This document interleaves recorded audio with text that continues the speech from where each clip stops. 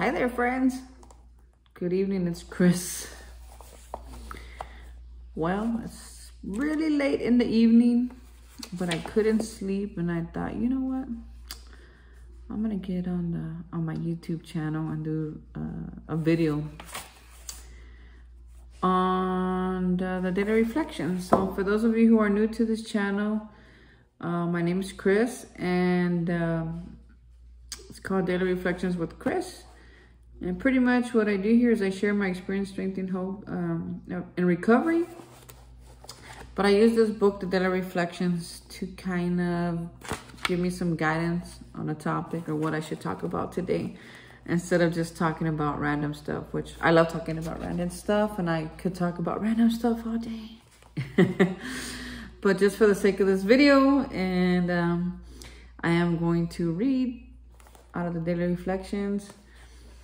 And today is September the 13th. It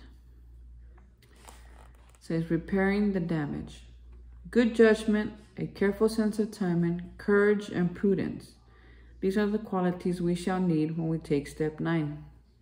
12 Steps and 12 Traditions, page 83. To make amends can be viewed two ways. First, that of repairing damage. For if I have damaged my neighbor's fence, I make amend. And that is a direct amend. The second way is by modifying my behavior. For if my actions have harmed someone, I make a daily effort to cause no further harm. I mend my ways. And that is an indirect amend. Which is the best approach? The only right approach, provided that I am causing no further harm in doing so, is to do both. If harm is done, then I simply mend my ways.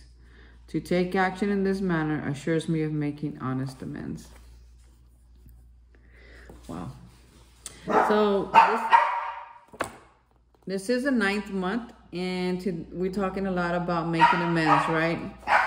We made amends to those we had harmed, became willing to make amends to those we had harmed, except when to do so would injure them or others, right? So it's been taken into consideration a lot these past few days is about not doing further harm or further damage. And early on, it was talking about not doing further damage while I'm actually making the verbal amends, right? And what is an example of that? An example of that is like, hey, honey, I want to make amends because I slept with your sister. Okay, I just damaged my honey because she probably didn't know or knew that I had been with somebody else, but not her sister. And now I damaged her sister too, because I've damaged the relationship even more between her and her sister. And you know, and so all now there's more damage done because I made amends that way. So that's why it says here, good judgment, a careful sense of timing, courage, and prudence. In other words, I still have to make the amends, but I have to use good judgment. And I don't want to continue to harm them. So a direct amends in that particular situation would be like, I've made mistakes, and I've done things that I shouldn't have done. I know I was wrong, and I apologize. That is an example of a direct amends. An indirect amends, which is something they're also talking about, right? The first way is direct, and the second is the indirect. The indirect amends is to never do it again, to not sleep with the sister, to not sleep with another one, to not be googly eye or flirting with anybody else. If I'm in a committed relationship and I'm still doing that, I'm not making amends. I haven't mended my ways. I have not changed. I am not different. So indirect amends means changing my ways, my behaviors, my actions, my thoughts. Well, folks, it takes time. It takes time for that to happen. because if I remember correct, even when I wanted to stop drinking, I couldn't. So even when I wanted to stop cheating, I couldn't. I need a higher power. I need a willingness to stop doing it. First of all, right? Come on. I need to admit that I'm doing it and that it's creating problems in my life. I need a willingness to stop doing it, and then I ask for help because I can't do it alone. I need help. I need the guidance. I need God's power. I need something to help me stop doing that stuff. And that particular example is not quite my own, but I have similar examples, right? That when somebody says that they're in a relationship, I back off, all the way off. Like, okay, cool. And I get my head out of it. I don't go there. I don't start flirting or cheating or going to dinner or taking them out or blah, blah, blah. Start wooing them. And man, I slip sometimes and I got to bring it back. Why? Because there's still a part of me that's still doing it without even knowing. It's almost like it was a natural part of me. And now to not do it seems unnatural. So I have to really, really work on it on a daily and be like, I cannot be doing it. I cannot be trying to date other people's wife or other people's girlfriends or other people's lovers. I mean, I can't be doing that. I got to stay away from that, completely stay away from it, right? You're right. It does take two to tango, but I don't want to be a part of that too. I don't want to be part of that too. Not anymore. I used to love doing that. I used to love to take the woman or to, you know, all these delusions that I had in my head that I was some kind of, you know, Rico Suave or something. That it was just a facade. I never was. Was I fun to be with? Yeah. Was I cool? Was I a cool guy? Yeah. Heck yeah, I was fun. I was a cool guy. But the part of me that just wanted to conquer him, it was a sick part, because I would conquer him, then I would just be like, okay, well, whatever, I got you now. I mean, I was sick that way, and now my mindset is totally different. And now I can actually make a living amends, an indirect amends to those that I have harmed, right? I stay away. I don't talk to those girls no more. I stay away from the new girls, and that is a living amends. Like, just stop, Chris, just stop, just don't do it. But for a long time, I couldn't just stop. I couldn't just not do it. I needed a higher power to help me. I needed a power greater than myself that had the power to change my mind, my heart, my soul, my body, just so that I could, just enough so that I could be able to, first of all, not attract them, right? Because I do attract them, but not trying. And then second of all, that even if they do come around me, that I have what it takes to be like, just friends, just stay in the friend zone. And I'm totally fine with that. I don't want to be with somebody else's lover, and I don't want nobody to be with my lover, right? What I've learned lately, they talk a lot about the boomerang, that what goes around comes around. That's what I've been learning at my new group where I go. They talk a lot about it. And I start to think of just the little things that have been happening to me lately that are the boomerang effect from previous, not even previous life, just like previous.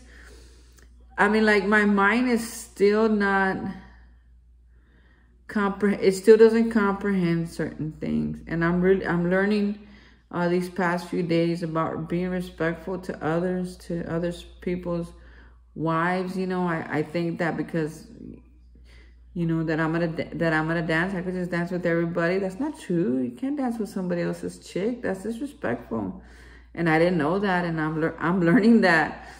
Yeah, it sounds strange. It's like, Chris, you didn't know that? And it's like, no, I didn't. I actually didn't see nothing wrong with them, because I just wanted to dance with somebody. I wasn't like trying to like hook up with them or nothing, right? But still, that's disrespectful, and I'm learning that. And when it happened to me, I was like, whoa, okay, I get it. I get it now. I mean, before it happened to me, I was already thinking like, man, I should really stop doing that. Something doesn't feel right. It feels off. right in my spirit. It started to feel off in my spirit after doing it a few times. So I said, no, I better not do that no more. And then when I went to the dance and I had, a friend with me and the boomerang was coming back, it didn't feel good. It didn't feel good. And it just kind of allowed me to be a learning moment, a teachable moment, right, for me. But living amends is something that we can do forever. I still make living amends to my mother. I still make living amends to my sister. I still make, and they passed away already, and I still make amends to them because I still want to be that person for my nieces. I still want to be that person for my nephew. I still want to continue to be, to not do that, even though they're like gone already. I like the me that I become through the living amends, through the indirect amends.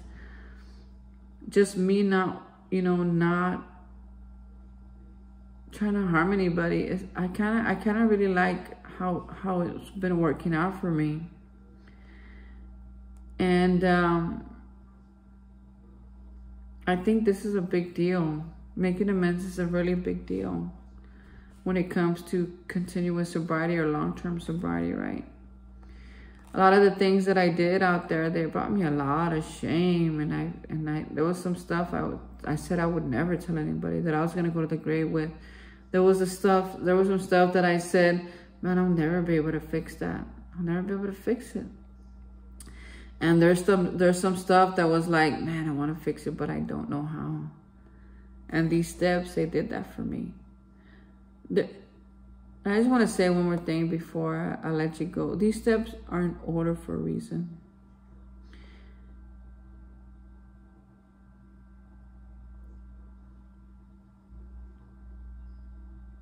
I would strongly suggest work them in order. Because if you do 1, 2, and 3, right? That's what you'll hear a lot at newcomer meetings. And then you go on to do 4, which is making the, doing the inventory. 5, speaking it with somebody. 6, become ready to have your defects removed. 7, ask God to remove your defects. 8, made another list of all persons we had harmed. Without 4, 5, 6, and 7, before 8 and 9, you can't do 9. It's really hard to do 9. It's really hard. But if you do the other ones first, by the time you get to 9, you're going to be so ready. You're going to be so ready. I'm so excited. I'm so properly armed to do it and do it right. And do an amends that sticks. What I mean by that? Well, they're tired of us saying I'm sorry all the time. They don't want to hear I'm sorry anymore. They want to hear I've changed. And the only way that they can hear that I've changed is if I change or try to change. Right? I can't keep telling my girl, hey, I'm sorry I cheated on you. And I'm still cheating on them. Or still want to. Or still consider it. Or still wish I could. I mean, there's no change there, man. Like, don't waste your time making amends if you still have that attitude. Like, you want to still do it. Just don't do it. Don't hurt them anymore. You're hurting them more by saying, I'm sorry for, and you're really not. Telling them you're going to change, and you're really not. That's hurtful too, folks. So I just want to encourage you. It can be done. If you're really done doing what you've been doing, whatever that thing is, it doesn't have to be cheating. It could be a lot of things. It could be smoking. It could be lying, it could be stealing, it could be dishonesty, right? If your wife thinks that you've been at work all day but you lost your job, or you're trying to make amends for not being there all these years because you've been out getting drunk, and then you're still not there. You're still not there with them, supporting them, helping them, spending time with your kids or with your dogs or with the pets. Then nothing's changed. Nothing's changed. I've heard so many people who say, man, I was sober and then my wife left me.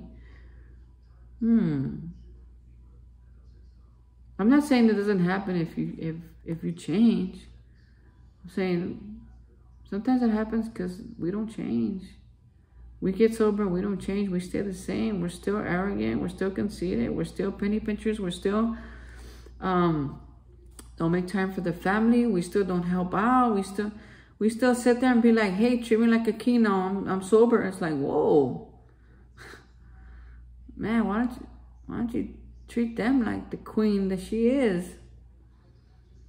Help her do the dishes. That's change. Let her take the night off. That's change.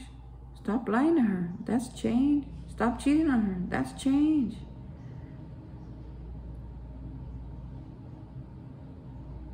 Folks, these steps were made for us to change. Because so long as we stay the same, we're going to stay drunk. Right? We're either going to be a dry drunk or a wet drunk. But we're going to stay drunk. To be in recovery, we have to be consistently working the steps. And for me, I do it on a daily basis. I don't do it perfect, folks. Don't get me wrong. I still disrespect people. I still get in my funky ways. I still cop an attitude. I still think I know it all. You know, I still don't take my dogs out to the park every single day. I mean, there's a lot of things that I'm still working on. But I'm better today than I was when I got here. Why? Because I made the decision 4.5 years ago that I was going to do whatever it took to stay sober. I'd been sober before, but half measures. This time I said, I'm going to do whatever my sponsor tells me to do. Even if he makes me call him every day, I'm going to call him every day.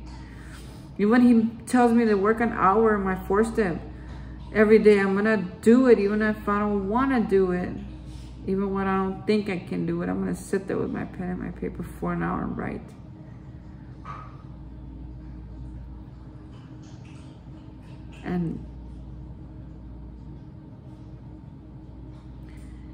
And for every month, every single month, I started this 4.5 years ago, folks. Every single month, I'm going to pick up a service commitment. I'm going to be in service somewhere every single month. And let's see what happens.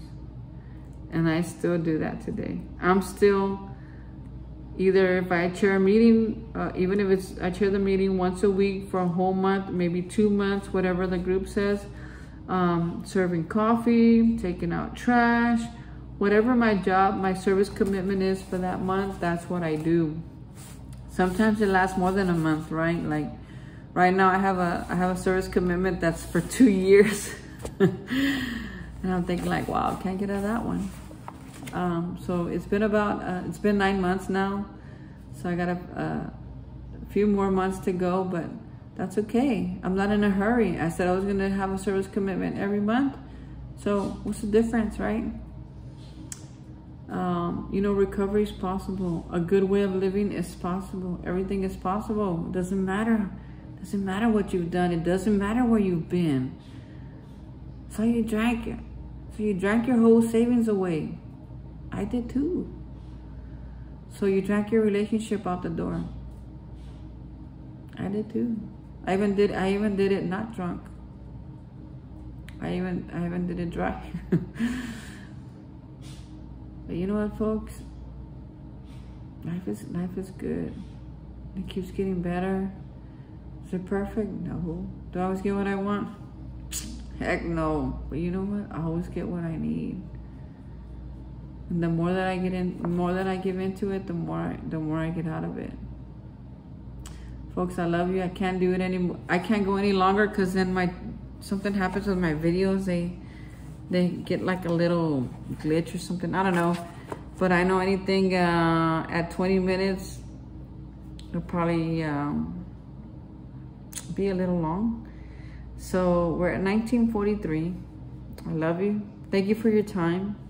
See you tomorrow. Bye.